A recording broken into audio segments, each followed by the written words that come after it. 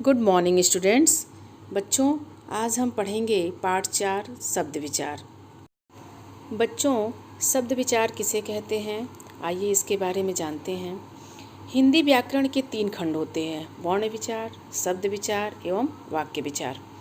शब्द विचार हिंदी व्याकरण का दूसरा भाग है जिसे हमको आज पढ़ना है। इसके अंतर्गत ध्वनियों के मेल से, ध्वनि जो हम आवाज़ साउंड निकालते हैं उसी को ध्वनि बोलते हैं, ध्वनियों के मेल से बने सार्थक वर्ण समूह जैसे भेद, उपभेद, संधि विच्छेद आदि को इसके अंतर्गत पढ़ा जाता है। बच्चों, शब्द की परिभाषा समझने से पहले हमें वर्ण की परिभाषा समझना आवश्यक है। वर्ण जो है वह छोटी से छोटी ध्वनि जिसके और टुकड़े न किया जा सके उसे वर्ण कहते हैं। वर्ण अर्थात अक्षर। वर्णों के मेल से शब्द बनता है। बच्चों, अब हम शब्द की परिभाषा देखते हैं। वर्णों या अक्षरों से बना ऐसा स्वतंत्र समूह जिसका कोई अर्थ हो, वह समूह शब्द कहलाता है, जैसे लड़का, लड़की आदि। कहने का तात्पर्य यह है कि शब्द उसे कह सकते हैं जिसका कोई अर्थ निकले, और जिन शब्दों का अर्थ न निकले वे निरर्थक शब्द हैं। बच्चों, अब हम शब्द की विशेषताएं के बारे में देखते हैं।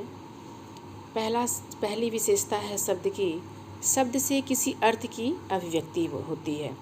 जैसे अगर हमने खाना शब्द कह दिया तो उससे ये बात स्पष्ट हो जाती है कि मुझे खाना खाना है।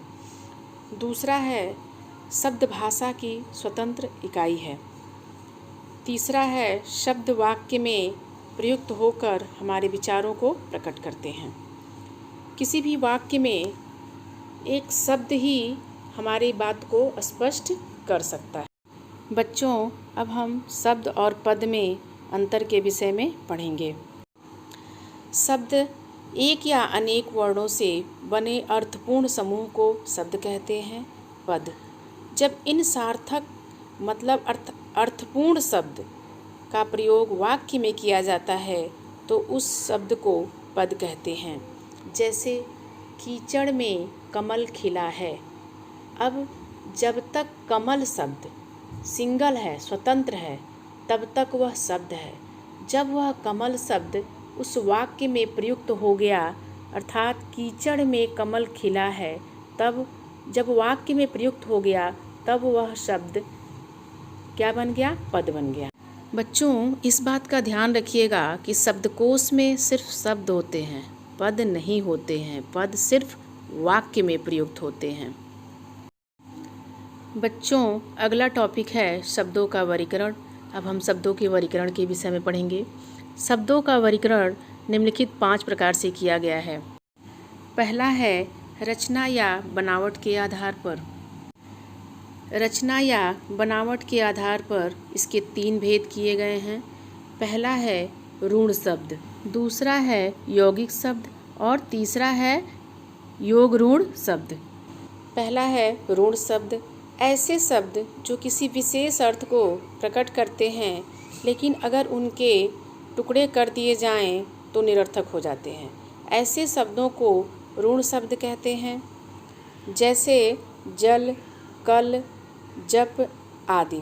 इसे ऋण शब्द को मूल शब्द भी कहा जाता है। जैसे जल को अगर हम 2 टुकड़ों में बांट दें, ज को अलग कर दें और ल को अलग कर दें, तो इसका कोई अर्थ नहीं निकलेगा और ये निरर्थक माना जाएगा। निरर्थक का अर्थ होता है बिना अर्थ का, मतलब उसका कोई अर्थ ही नहीं निकले, उसे निरर्थक कहते हैं। दूसरा है यौगिक शब्द, ऐसे शब्द जो किन्हीं 2 सार्थक शब्दों के मेल से बनते हैं वे शब्द यौगिक शब्द कहलाते हैं।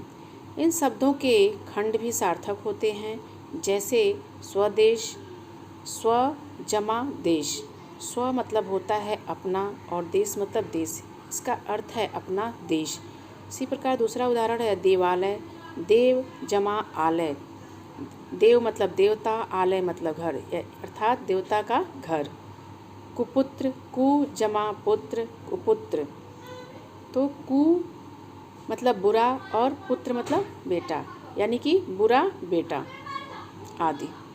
बच्चों यहाँ देखिए, जो यहाँ दो शब्दों के मेल से, दो सार्थक शब्दों के मेल से ये शब्द बना है। तीसरा है योग ऋण शब्द। ऐसे शब्द जो किन्हीं दो शब्द के योग से बने हों एवं बनने पर किसी विशेष अर्थ का बोध कराते हों, वे शब्द योग ऋण शब्द कहलाते हैं। जैसे दशानन, 10 मुख वाला अर्थात रावण। पंकज, कीचड़ में उत्पन्न होने वाला अर्थात कमल।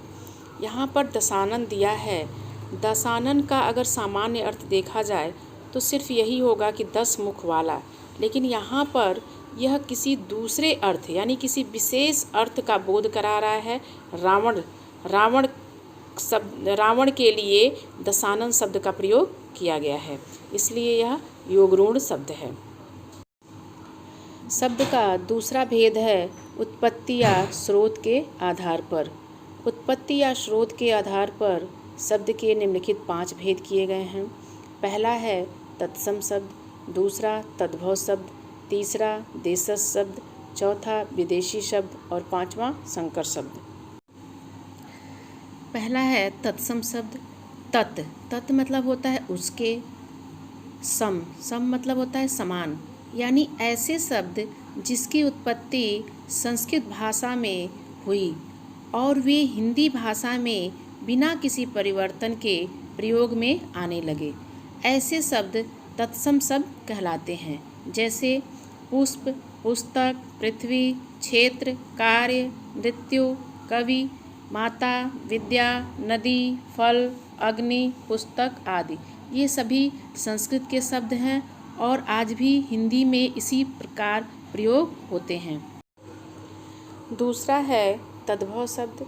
ऐसे शब्द जिनकी उत्पत्ति संस्कृत भाषा में हुई थी लेकिन वो रूप बदलकर हिंदी में आ गए हों, ऐसे शब्द तद्भव शब्द कहलाते। तद्भव तत्सम का बिगड़ा रूप है। जैसे दुग्ध है, दुग्ध का बिगड़ा रूप दूध हो गया है। अग्नि का आग हो गया है। कार्य का काम हो गया है। कर्पूर्ण का कपूर हो गया है। हस्त का हाथ हो गया है। यानी कि संस्कृत में जो शब्द तत्सम के शब्द दिए थे उसका बिगड़ा रूप ही तद्भव रूप है। तीसरा है देशज शब्द। ऐसे शब्द जो भारत की विभिन्न स्थानीय बोलियों में से हिंदी में आ गए हैं, वे शब्द देशज शब्द कहलाते हैं। जैसे पेट, डिबिया, लोटा, पगड़ी, थैला, इडली, डोसा, समोसा, चमचम, गुलाब जामुन, लड्डू, खटखटाना, खिचड़ी आदि। हिंदी के देशज शब्दों में ध्वन्यात्मक शब्द भी मिलते हैं। जैसे बड़ से बड़बड़ाना, हिन से हिनहिनाना, गड़ से गड़गड़ाना, इस तरह के शब्द भी देशज शब्दों में मिलते हैं। चौथा है विदेशी शब्द। ऐसे शब्द जो भारत से बाहर की भाषाओं से हैं लेकिन ज्यों के त्यों हिंदी में प्रयुक्त हो गए, वे शब्द विदेशी शब्द कहलाते हैं।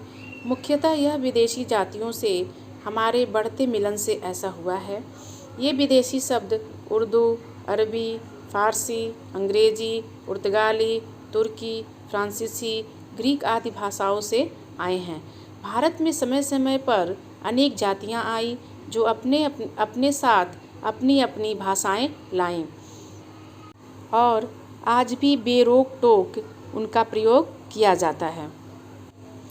विदेशी शब्दों के उदाहरण निम्न हैं। अंग्रेजी शब्द के college, pencil, radio, television, doctor, letter box, pen, ये सब विदेशी शब्द हैं लेकिन आज भी हम उन्हीं शब्दों के रूप में आज भी हिंदी में प्रयोग करते हैं। पांचवा है संकर शब्द। ऐसे शब्द जो हिंदी और किसी अन्य भाषा के शब्द को मिलाकर बनाया गया है उसे संकर शब्द कहते हैं। वह संकर शब्द यह हिंदी के अलावा कोई और भी भाषा हो सकता है, जैसे संस्कृत हो सकता है, अरबी, फारसी, अंग्रेजी, कोई भी भाषा हो सकता है। जैसे रेलगाड़ी, इसमें रेल शब्द जो है अंग्रेजी शब्द है और गाड़ी शब्द हिंदी है। टिकट घर, इसमें टिकट शब्द अंग्रेजी शब्द है और घर शब्द हिंदी है। इस तरह मोटर गाड़ी, घोड़ा गाड़ी आदि ऐसे बहुत सारे शब्द हैं जो संकर शब्द के श्रेणी में आते हैं। तीसरा है अर्थ के आधार पर। अर्थ के आधार पर शब्दों के 4 भेद किए गए हैं। पहला है एकार्थक शब्द, दूसरा है अनेकार्थक शब्द, तीसरा है पर्यायवाची या समानार्थक शब्द, चौथा है विलोम या विपरीतार्थक शब्द। पहला है एकार्थक शब्द। एकार्थक शब्द उसका अर्थ है समान अर्थ। समान अर्थ प्रतीत होने वाले शब्दों को एकार्थक शब्द कहते हैं, जैसे अपराध और पाप। ये दोनों शब्द सुनने में तो एक ही जैसा लग रहा है, लेकिन इसमें सूक्ष्म अंतर होता है।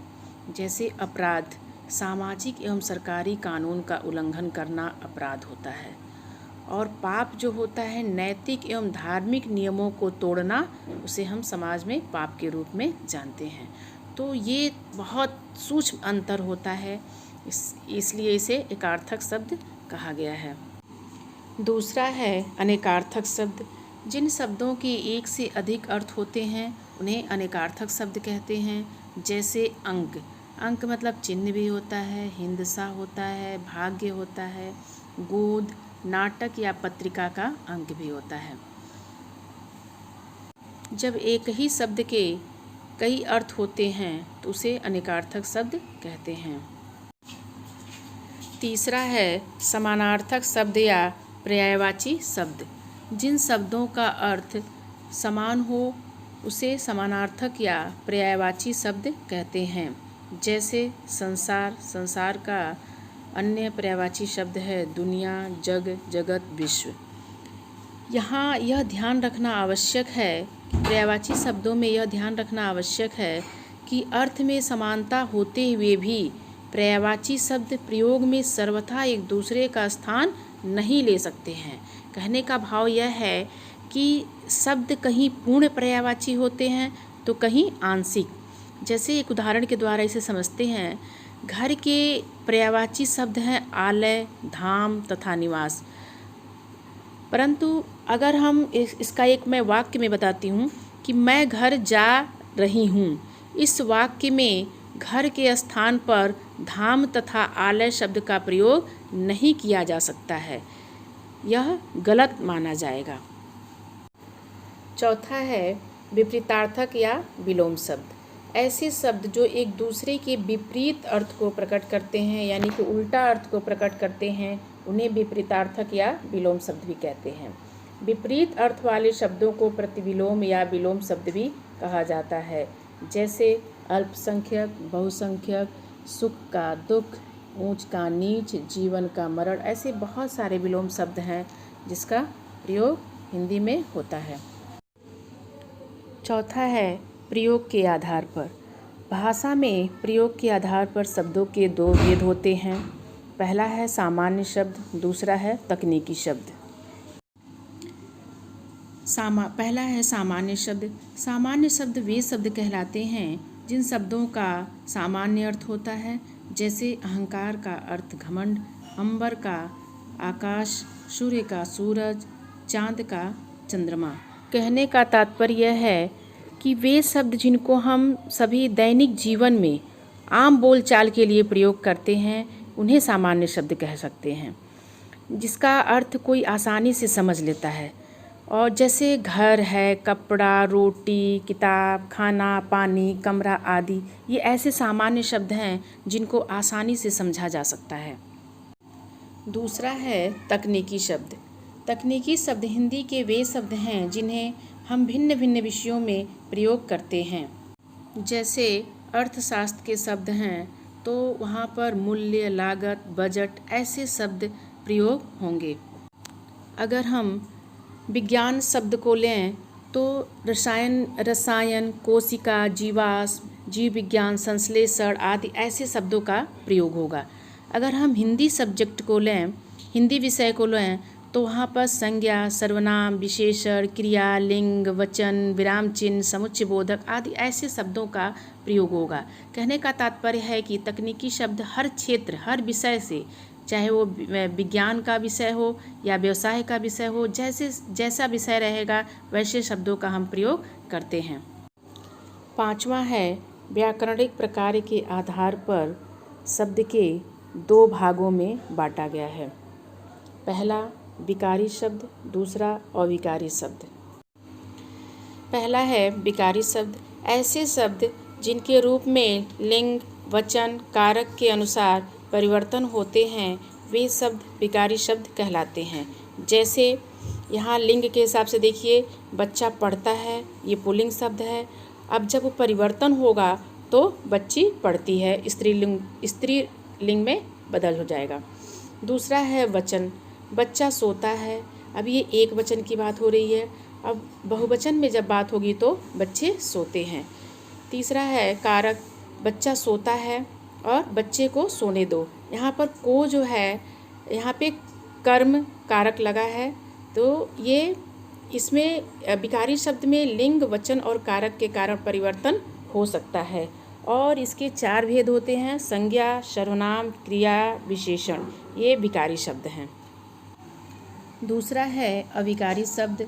ऐसे शब्द जिन पर लिंग, वचन एवं कारक आदि से कोई परिवर्तन नहीं होता, अर्थात कोई फर्क नहीं पड़ता, ऐसे शब्द अविकारी शब्द कहलाते हैं। जैसे धीरे, तथा, किंतु, परंतु, तेज, अधिक आदि। ये अविकारी शब्द हैं।